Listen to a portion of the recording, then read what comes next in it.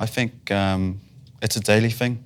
I'm always involved in some type of journey into the unknown, whether it's to do with the way I engage with tauira or the akunga or kaimahi. I think I'm continuously engaging in this soʻisoʻenga practice, finding out about people, learning about what it is that is valuable to them and what are their values, what are their beliefs, because that's something that our program embeds in our tauira, exploring ourselves before we try to explore others and help others. We have to know ourselves. And I think for a lot of